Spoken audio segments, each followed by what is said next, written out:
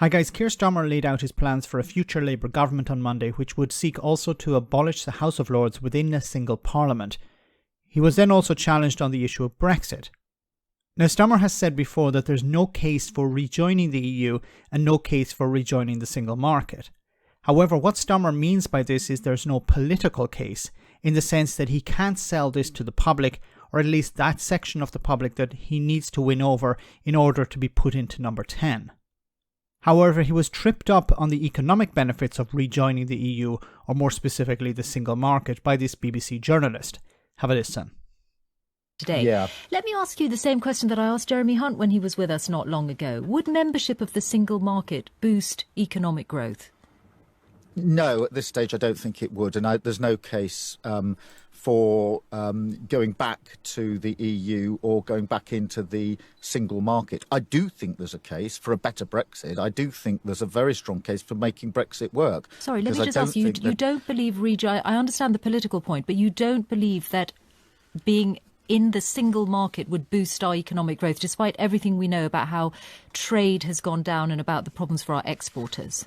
Yeah, I think, look, trade has gone down because the deal that we've got is not a very good deal. I think we can move from getting Brexit done, which is all that we've managed at the moment, to making Brexit work. And I do think there's a better deal. But do I think, just to take your question on head on, that going back into years of wrangling, years of uncertainty is going to help our economy? No, I don't. And I spent many, many years post 2016 talking to businesses who said to me over and over again, the thing that's hardest for us is all the uncertainty.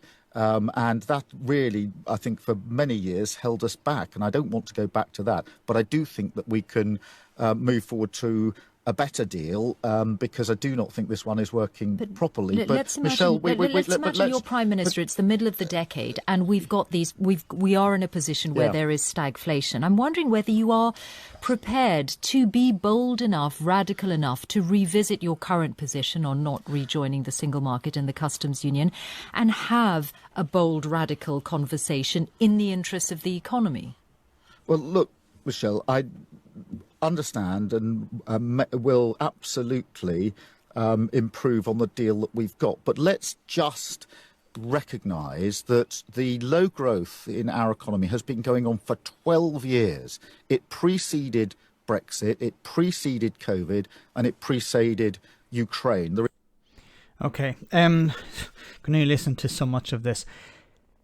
So what he's saying here is that there's no case for rejoining the European Union. And what he means is that there's no political case. Now, he was tripped up because he was asked about the economic benefits and he lied. He knows that there are economic benefits in being part of the single market. So he's lying to say that there aren't.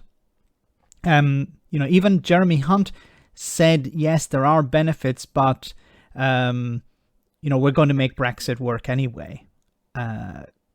There are other benefits from being outside. We can do trade deals with other countries. But when it comes to, look, even Jeremy Hunt said, yes, there are benefits to being in the single market. And Keir Starmer obviously knows this. But of course, we get back to the point that he has to keep a certain section of society on board when it comes to Brexit. He has to sell these people this idea that he's not going to take Brexit away from them. It's frustrating.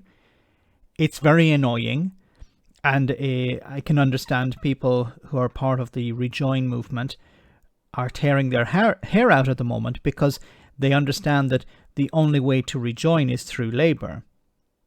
The Tories aren't planning on it anytime soon, and the only way to get back in is with the Labour Party. Now, not all hope is lost, okay? I still think he's sticking to this.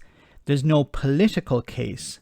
Of course, there's an economic case, but he has to turn things around. He has to sell the economic case, and then there's the political case. So at the moment, in a sense, he's right. If you're talking to the Red Wall, there's no political case for rejoining the EU or rejoining the single market, because these people thought that they won something. They lost something, and they don't want to admit yet that they have lost. And they have cost the country dearly. So he's not going to march in there and say, look, Brexit has been a disaster. You have to get with the picture. You have to wake up and smell the coffee. This has been an absolute disaster for this country. We need to turn it around. And the best first step would be to realign with the European Union, become a member of the European Union, and then join the single market. But he can't sell this politically. That's why he says there's no case. He's not saying political case, but there's no case for joining the EU or single market. And maybe he's right. We don't have access to the type of polling that he does. His party has probably run a number of polls, internal polls, in these seats, these marginal seats, or in the red wall. And the feeling probably there is that they want somebody to get on with Brexit.